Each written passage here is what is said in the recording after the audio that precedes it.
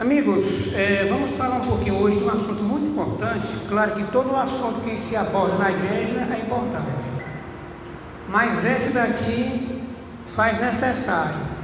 Nós estamos buscando constantemente a presença do Espírito Santo, a presença de Deus, nos preparando para a volta de Jesus. Mas existe algo em nossa igreja que nós precisamos mudar, e é sobre esse assunto que eu vou falar agora, que alguns podem até se chatear comigo e com a minha esposa. Nós não temos visita aqui não, né? Então eu vou falar a verdade. Prepare-se. Vou falar sobre reverência, entendeu? Não, sobre reverência. Porque, irmãos, não adianta você estar orando, buscando, se nós não temos reverência diante de Deus. Não se engane. Não é pelo fato de ser igreja adventista que Deus tem que estar aqui para te ouvir, não, para me ouvir, não. Com a maior irreverência diante dele. Se Deus rejeitou Israel, seu filho primogênito, por causa exatamente da irreverência, por que não é igreja adventista? Nós se orgulhamos por ter a verdade e fazemos o que não presta diante de Deus, que é irreverência. E às vezes usam até de indireta comigo. O irmão que fala sobre reverência, assim. Vamos abrir a Bíblia e vamos aprender até 1h30. Até 1h30 estarei aqui para mostrar essa mensagem para você, igreja. Vamos lá. Vamos abrir a Bíblia em Êxodo 25, versículo 8. Diz assim, olha o que diz o Criador do Universo. E me farão o quê? Para que eu habite no meio deles. Veja só, amada igreja, o plano de construir um santuário foi de quem? De Deus, do Criador do Universo. E para quê? Para que eu habite no meio deles. É claro, minha amada igreja, que aqui é uma força de expressão, porque como disse Salomão, Deus, os teus pés estão aqui na terra e o teu trono no céu. Como é que eu vou construir uma casa para tu morar? É impossível Deus morar em santuário feito por mãos humanas, é impossível.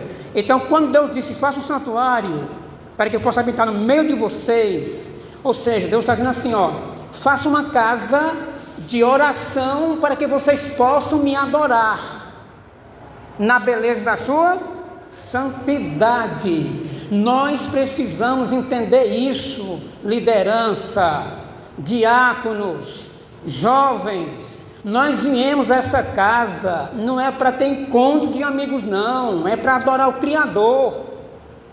A gente vem para prestar culto a Deus, não é ser cultuado por Ele, não. É prestar culto a Ele, para que eu possa habitar no meio de vocês. Vamos lá, vamos continuar aqui no santuário. O santuário, igreja, é um projeto do plano de salvação de Deus extraordinário. Você vê que tudo é tudo muito bonito.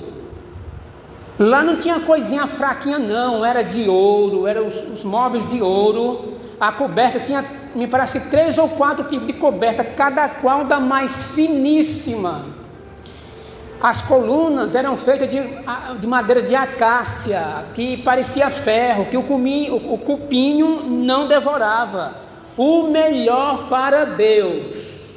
Já começa aí a questão da reverência, do respeito, da santidade, irmão Mário. Porque o santuário representa o plano de salvação. O melhor que Deus tinha para nós, Ele deu, que foi Jesus. Olha aí, Filho, o melhor que o céu tem, eu vou dar por vocês. Como é o nome dele? Jesus, a oferta. Aí agora Deus pede uma oferta para construir um santuário. E a igreja na época lá deu o melhor. Era de ouro, era finíssimo.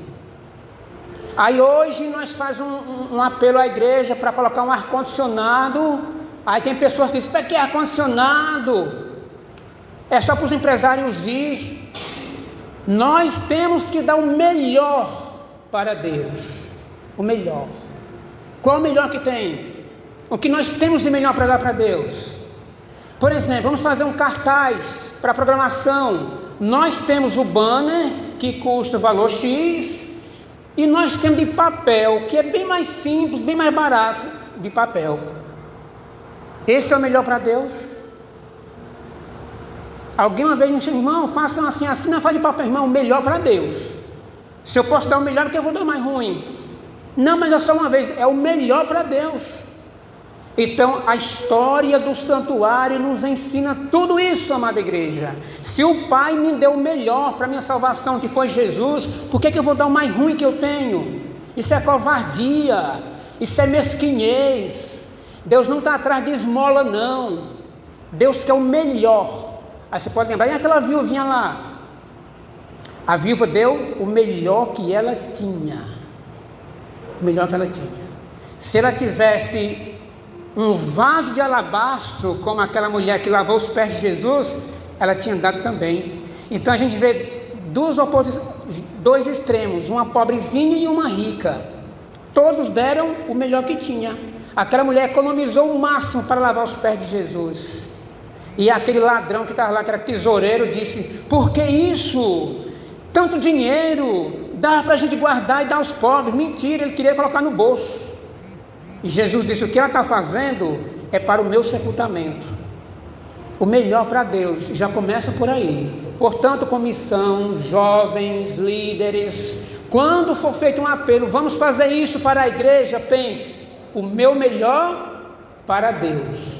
Não é para o irmão Pedro, não é para o Mário, não é para a irmã Toninha, é para Deus. Eu estou dando para Deus, porque Ele deu o melhor para mim. Amém? Amém. Quando você diz amém, você está concordando comigo. Amém? Amém. Agora vamos para o próximo passo aqui.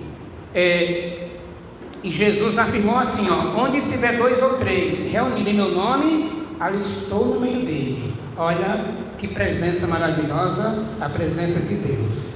Agora Josué, capítulo 5, verso 15, estava preocupado com a guerra. Ele precisava derrubar Jericó, e ele se saiu um pouco assim, ficou meditando, quando de repente se deparou com o príncipe guerreiro, espada desembainhada, e então ele perguntou, você é dos nossos ou é dos nossos inimigos? Porque Josué não conheceu, irmão Mário, a fisionomia, ou que ali era o Filho de Deus. Jesus guerreiro estava lá. Então aquele guerreiro disse, eu não sou nem de um lado e nem do outro. Preste atenção, igreja, nessa resposta do príncipe. Josué perguntou, você é de qual lado? Você é um guerreiro do nosso lado e do nosso adversário? E ele disse, nenhum dos dois. Por que não era nenhum dos dois? Porque ele estava para defender a justiça de Deus, a santidade de Deus. Ele estava para guerrear contra o pecado, estivesse no meio de Israel ou no meio dos cananeus. A mesma coisa é hoje.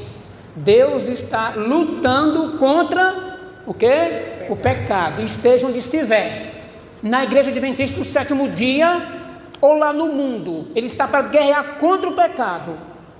E nós nos enganamos muito isso, porque estamos entre 4 paredes, adventista, pronto, estou protegido.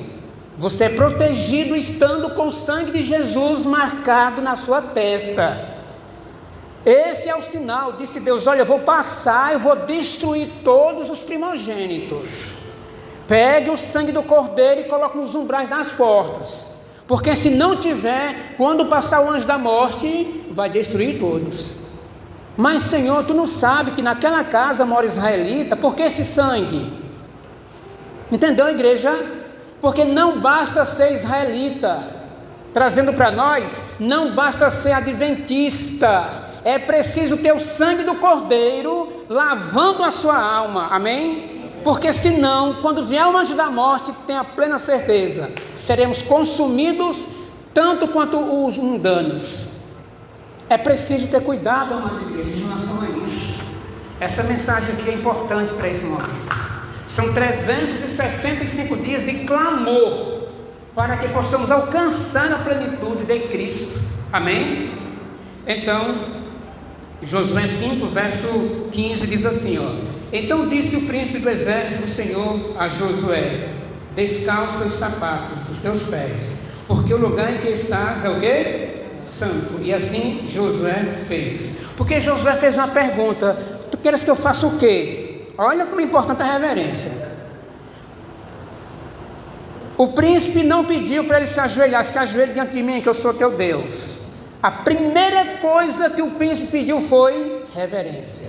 Tire as sandálias dos seus pés, porque o lugar onde você está é santo. Você entendeu? Então, igreja, antes de adoração, antes de oferta, de louvor, de qualquer programação, o que Deus quer de nós é o quê? Reverência. Tire os sapatos dos seus pés. A presença de Deus, amada igreja, santifica esse lugar. Vamos pensar nisso. Não é apenas um pregador que está ali, que a irmã Socorro disse: irmã, quem vai pregar hoje? É o Espírito Santo. É Deus que vai falar. E Deus é claro lá para Moisés: Moisés, tu vai como boca de Deus, amém? Moisés, tu vai falar com Israel, tu vai como boca de Deus. Então, amada igreja, quando um pregador tem comunhão com Deus, ele busca a Deus antes de preparar suas pregações, e ele assume esse púlpito aqui, ali está a boca de Deus. Enquanto Deus fala, tem um jovenzinho com o celular aqui na mão, tem outro fuxicando por ali, tem e aos arredores da igreja, e etc e tal. Cadê o respeito por Deus? Não é por liderança. Pode ser o menor dos pregadores, o mais simples e iletrado. Se ele está ali por Deus, é Deus que fala por ele. E ai daquele que não der ouvido ao que diz o Senhor. Apocalipse diz assim, ó: aquele que tem ouvidos para ouvir, ouça o que o Espírito diz às igrejas. E o Espírito fala às igrejas, irmão Socorro, através de quem? Dos pregadores. Eis a importância do respeito, da reverência diante das programações que são feitas na igreja. Josué perguntou: faça o quê, príncipe? E ele disse: tire a sandália dos pés, porque o lugar onde você está é o quê? Jacó teve uma visão, e essa visão representa também a igreja, da escada, que anjos subiam e desciam na escada. Então Jacó fez a seguinte expressão: Gênesis 28, verso 17, diz assim, ó. Gênesis 28, verso 17, diz assim: quão terrível, olha, quão terrível é este lugar. Este não é outro lugar senão a casa de Deus, e esta é a porta dos céus. Amém, mamãe? Então, Jacó, ele teve a visão de uma escada, que anjos subiam e desciam sobre ela, e ele disse: quão terrível é esse lugar. Essa é a casa de Deus, a porta do céu. Quando ele falou terrível, ele não está dizendo que lá é um lugar ruim, não. Ele se refere na questão do temor que temos que ter diante da presença de Deus. Anjos subiam e desciam, essa é a casa de Deus. Responsabilidade é grande, igreja. Então vamos para a igreja adventista adorar a Deus. Pense: eu estou indo para as portas do céu. Amém? Eu estou indo adorar ao Criador do universo. Não para me encontrar com fulano e com cicrano e blá blá blá blá blá blá blá, mas reverência e respeito diante de Deus. Agora, olha o que diz Ellen White sobre a igreja. Está em Testemunhos Seletos, página 28, diz assim, ó: para a alma crente humilde, olha só, a casa de Deus na terra é como que a porta do céu. Os cânticos de louvor, diretor de música, os cânticos de louvor, a oração, ministério da mulher, a palavra ministrada pelos embaixadores do Senhor, meu ancião, os demais pregadores, são os meios que Deus proveu para preparar um povo para a assembleia lá do alto. Amém? para aquela reunião sublime, a qual coisa nenhuma que contamine poderá ser entrada lá no céu. Vejam, lembra do santuário lá no deserto, e aqui está a igreja de Deus representando esse santuário. Os louvores, as pregações e as orações são os meios que Deus se utiliza para preparar a mim e a você para a Assembleia Celestial. Aí uma igreja irreverente como é que vai estar diante de Deus, querida igreja? Não tem como. Então, uma das pautas importantíssimas para a gente tentar trabalhar cada um de nós, em nossa alma, em nosso coração, é a reverência, para que assim Deus possa se sentir bem entre nós e ser adorado na beleza, na sua santidade. Aí sim, vem sobre nós o Espírito Santo. Alguém pode até nos taxar de pais chatos, porque você vê que nossas crianças, aqui está o cantinho delas, ó. Aqui é eu, Elcia, Rebeca e Sofia. Entra no culto, sai para o banheiro, toma uma aguinha, depois volta novamente. Nada de tititi. Louvado seja Deus. Não é fácil, porque nós seres humanos somos pecadores e temos a tendência de fazer o que é errado. Não é fácil para o papai e para a mamãe botar essas crianças no eixo, mas elas estão ali, em nome de Jesus. Não é forçado não, elas entendem que estão na presença de Deus. Assim é aqui na igreja e assim é lá em casa, nos cultos matinal. Estão lá sentadinhas para ouvir de Deus. Estão aprendendo de Deus. Louvado seja meu Deus e nosso Deus pelos nossos filhos. Ali está um rapazão já, o Leonan, seus 20 anos, né, Leonan? Fazer agora 20 anos. Cresceu no caminho do Senhor. E os demais são pessoas maravilhosas. Eu louvo a Deus por isso, não me glorio, porque é grande a luta, mas estão aí um exemplo para a minha amada igreja. Então, igreja, por que não fazer com cada um dos nossos filhos? Por que não educar nossas crianças, estar na presença de Deus? Você veja o que aconteceu com os filhos de Arão. Essa aqui é demais, viu? O que aconteceu com os filhos de Arão. Vamos aqui fazer um pequeno resumo, né? Observe que Arão foi escolhido por Deus para ministrar no santuário. É como pastor de hoje, é como ancião, cuidar da casa de Deus, da ordem de Deus. E como você é o pastor, Arão, claro que os teus filhos vão estar também ministrando no santuário. Agora, Arão, passa para os teus filhos isso. Eu estou presente no santuário e eu mereço respeito, honra e glória. Parafraseando aqui o texto bíblico, né? Claro que Arão, como homem de Deus, passou as instruções para o seu filho. Olha, Deus está presente. Alguém aqui sabe o que é Shekinah? É o quê? Presença de Deus, né, Leonardo?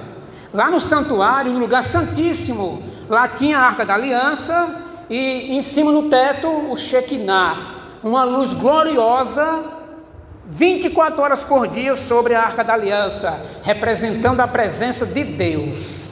O nosso Senhor Jesus Cristo disse: onde estiver 2 ou 3 reunidos no meu nome, eu estou presente. O Shekinah de Deus, Jesus.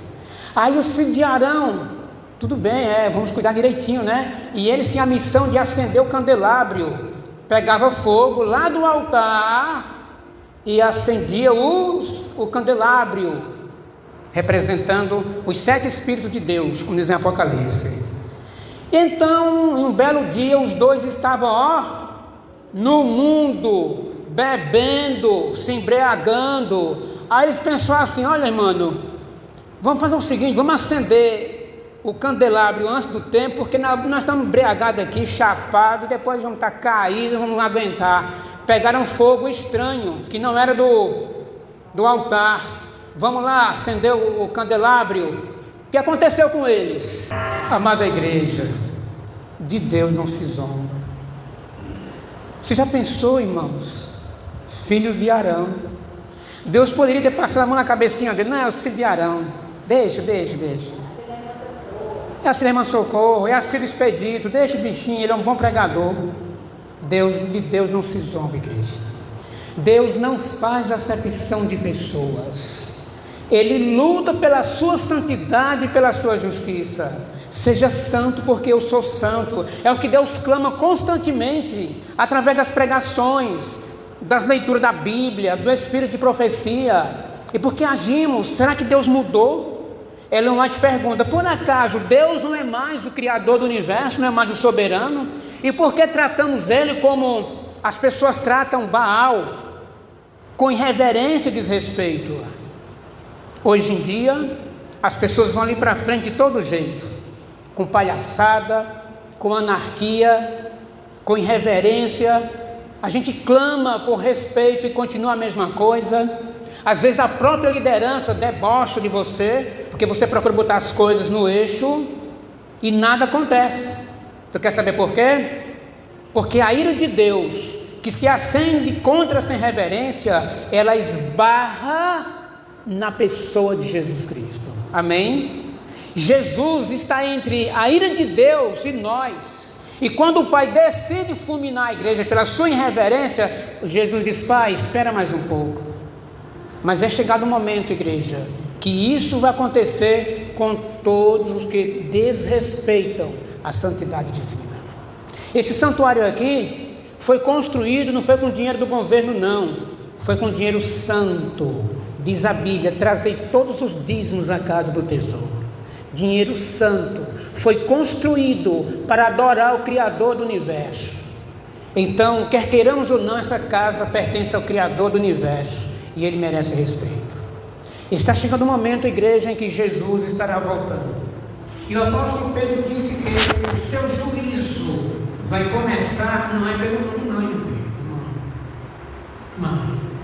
O juízo de Deus vai começar pela sua casa, dizendo: começará pela minha casa. Veja como Deus é justo, para dar exemplo.